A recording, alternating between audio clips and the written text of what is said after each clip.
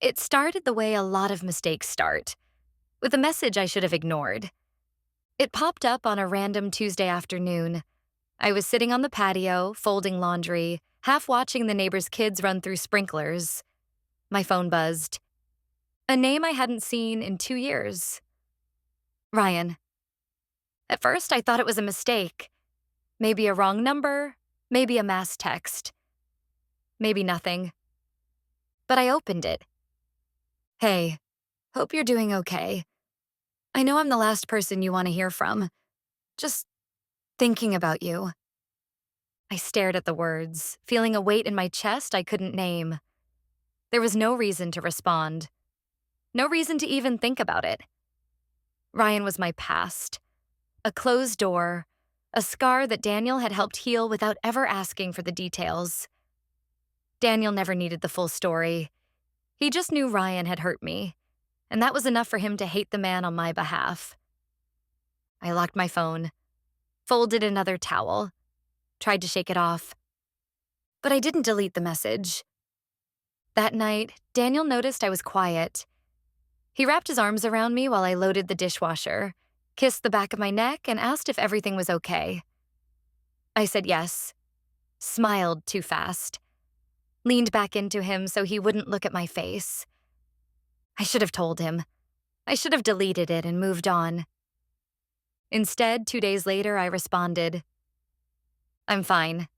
Hope you're doing okay too. It was short, distant, harmless. That's what I told myself anyway. Ryan answered within minutes. And just like that, the door I thought I'd closed cracked open again. The next few messages were slow. Careful.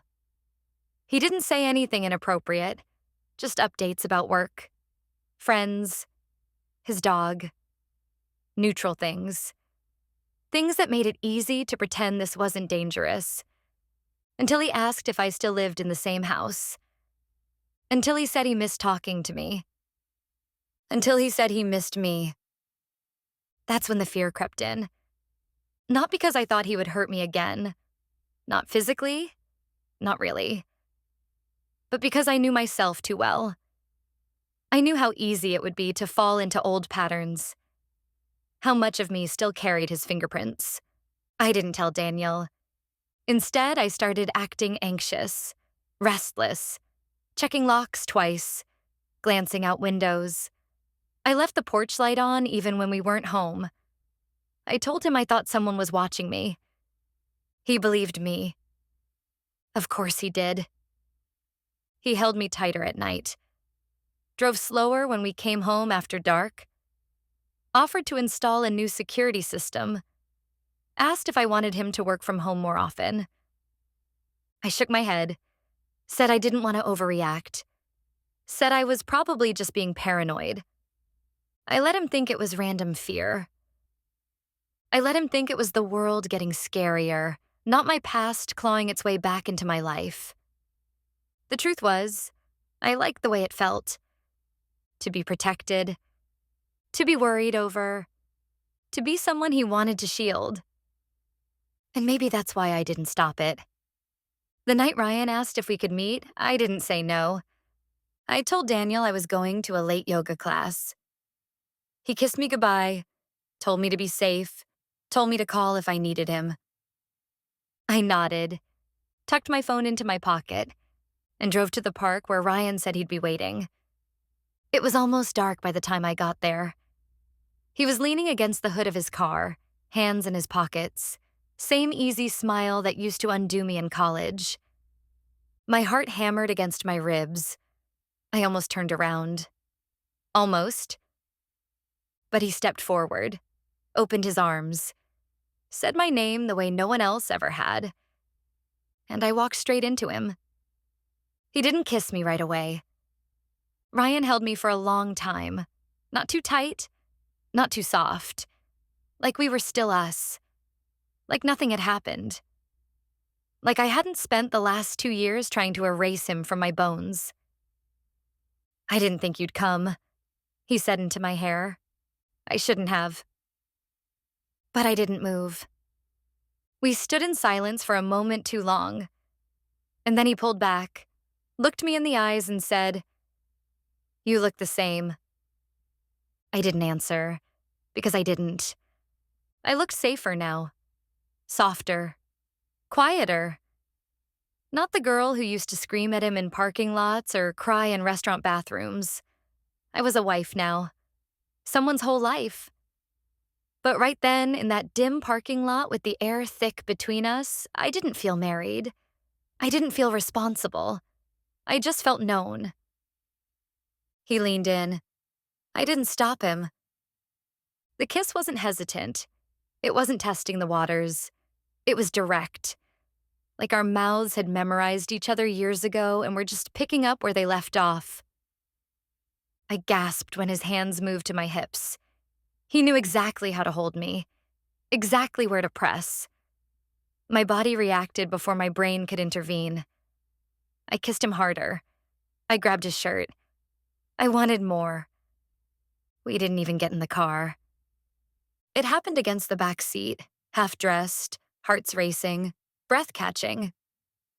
I whispered his name like a curse and a confession. He pulled sounds out of me I hadn't made in years. Sounds I forgot were mine. I stopped thinking about Daniel, about home, about consequences. I wasn't scared. I wasn't sorry. I just felt alive. After we sat in silence, I straightened my shirt. He lit a cigarette out the window. "Did you ever stop thinking about me?" he asked. I didn't lie. No. Me either. I left before he could ask to see me again, because I already knew I would. And I needed space to figure out how I was going to lie to Daniel. I pulled into our driveway just after 10. The porch light was on. Daniel had left the gate unlocked. The dog barked once when I came in, then settled. I walked into the kitchen and dropped my keys too loudly. Daniel came down the hall in sweatpants and a t-shirt, his hair mussed like he'd been napping on the couch. "Hey," he said, rubbing his eyes. "You okay?" "You're late." I nodded. My throat felt tight. "Yeah, yoga went long. I stayed after to talk to Ashley." He nodded, stepped closer. "You're shaking." I hadn't noticed until he said it. My hands trembled at my sides.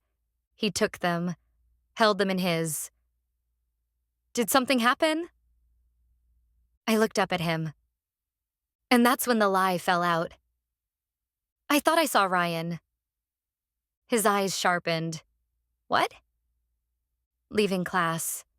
Or, I don't know, maybe it wasn't him, but it looked like him.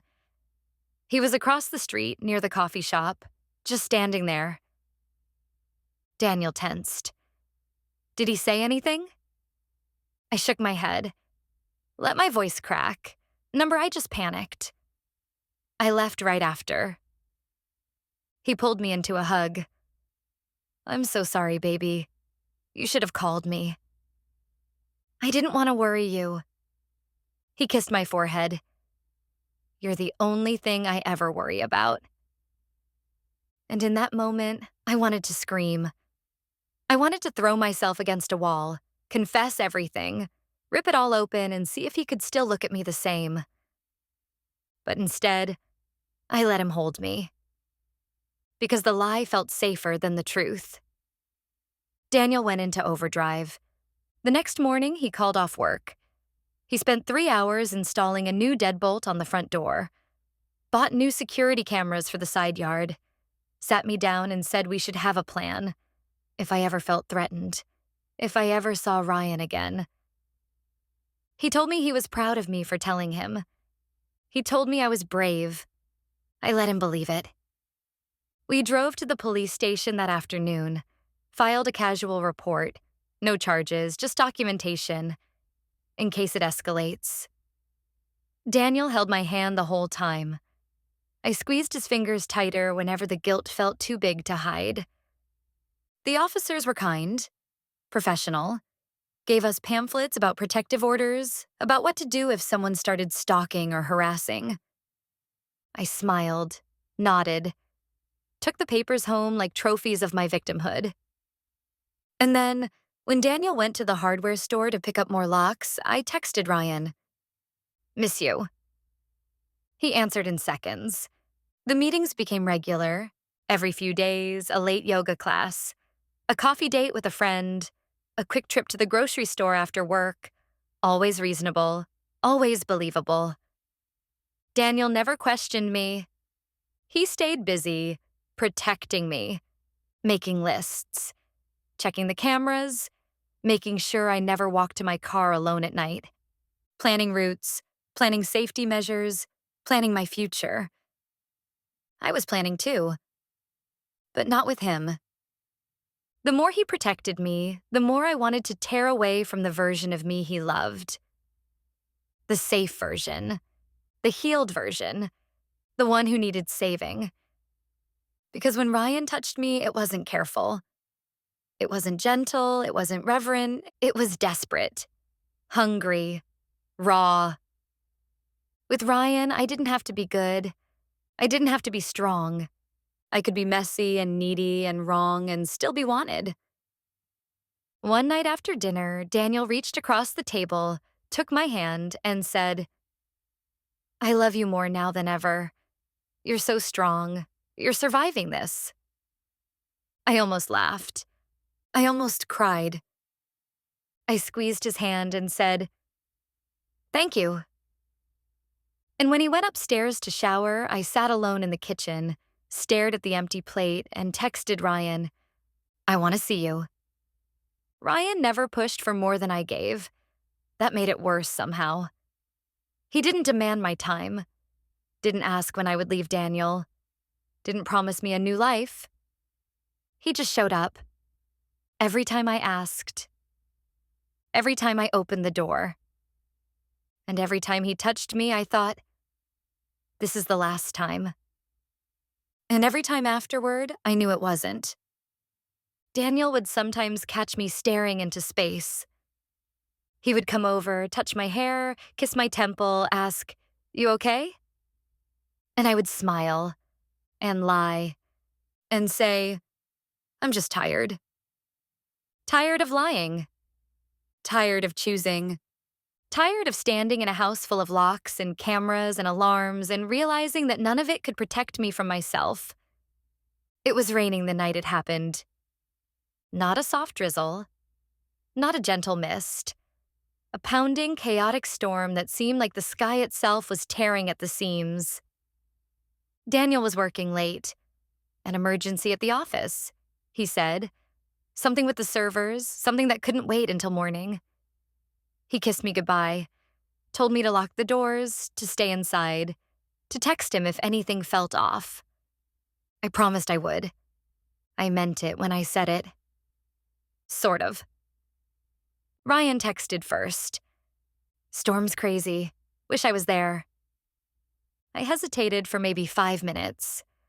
Then I answered, "Come over." It wasn't a smart decision. It wasn't even an impulsive one. It was deliberate. It was the kind of decision you make when you know you've already crossed too many lines to pretend you're still standing on safe ground. 15 minutes later, headlights splashed across the driveway. I disabled the backyard camera, told myself it was temporary. Just precaution, just in case Daniel checked the feed from his phone. Ryan slipped inside with the wind howling behind him, his jacket soaked, his hair dripping, his smile wicked. He kissed me before the door even closed. There was no pretense, no slow build. We crashed into each other like we'd been starving, clothes half peeled away, furniture bumped, breathless laughter swallowed by the pounding rain. I don't remember walking to the bedroom. I remember hands, heat, skin. I remember the wild, desperate sound I made when he finally touched me the way I craved.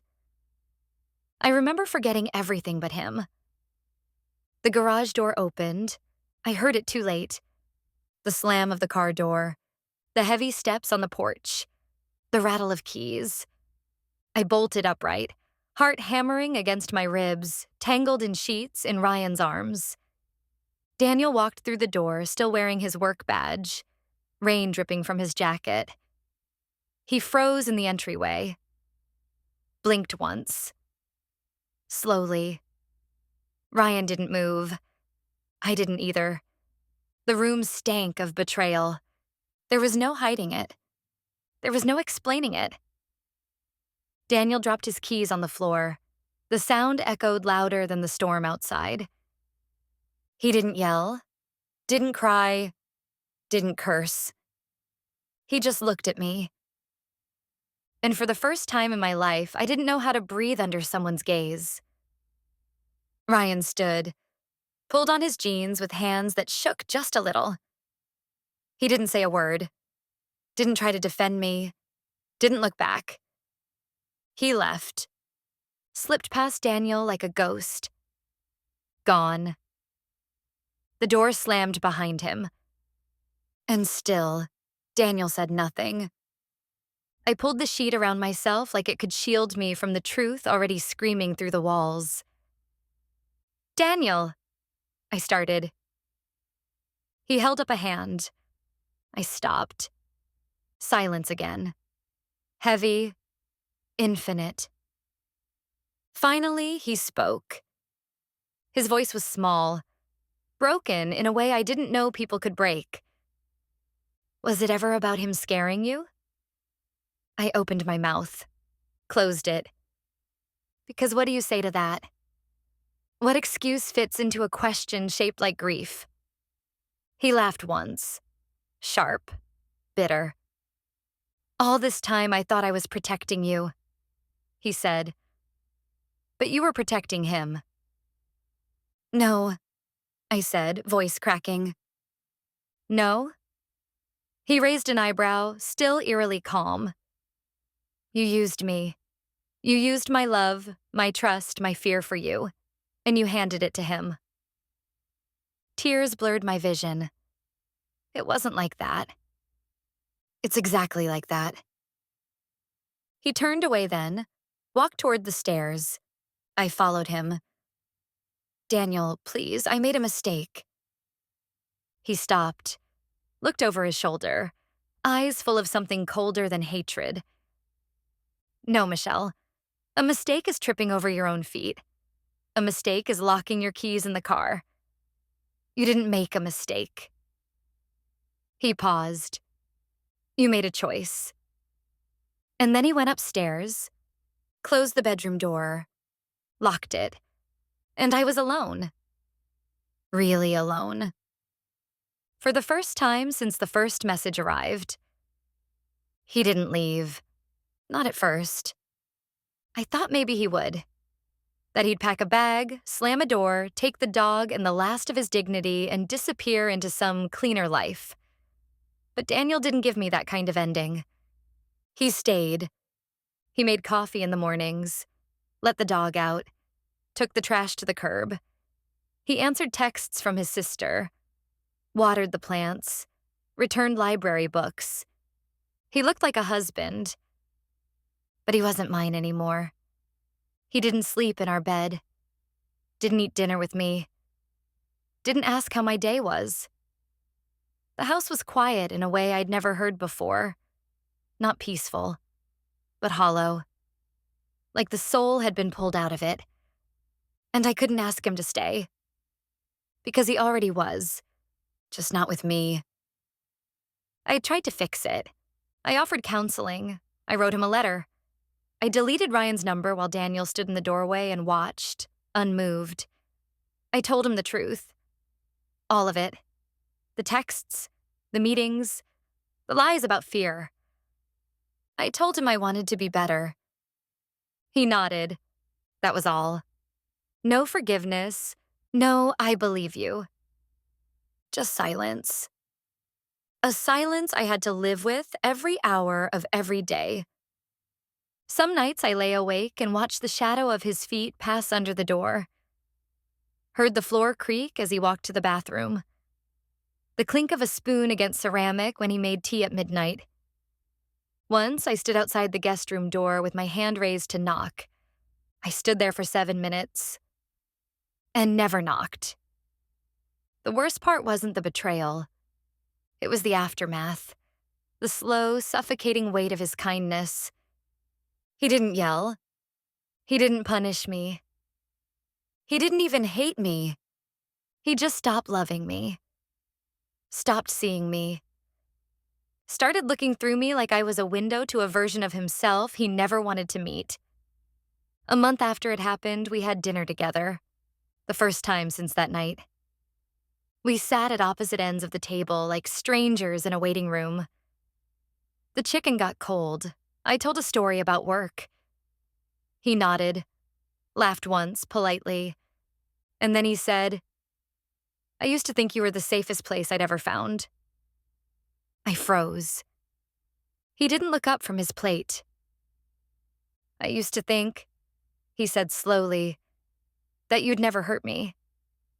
Not because you couldn't, but because you wouldn't want to." I whispered, "I didn't want to." "But you did," he said. There was no anger in his voice, just fact. A fact I couldn't erase, no matter how many times I said I was sorry. We never told anyone, not our families, not our friends. To the world, we were fine. Private, busy, still married. And maybe we were. On paper. But in the space between us, everything had changed. I'd asked him to be my shield, and he became my silence. I don't know if he'll ever leave. Maybe one day he'll wake up and realize he deserves more than this. More than me. More than the ghost of trust we keep pretending might return. Or maybe he'll stay. Maybe we'll grow old in this house. Eat quiet meals, walk the dog, smile for pictures, and die holding hands with a person who once loved us and no longer does. Either way, I know this. He was never stupid.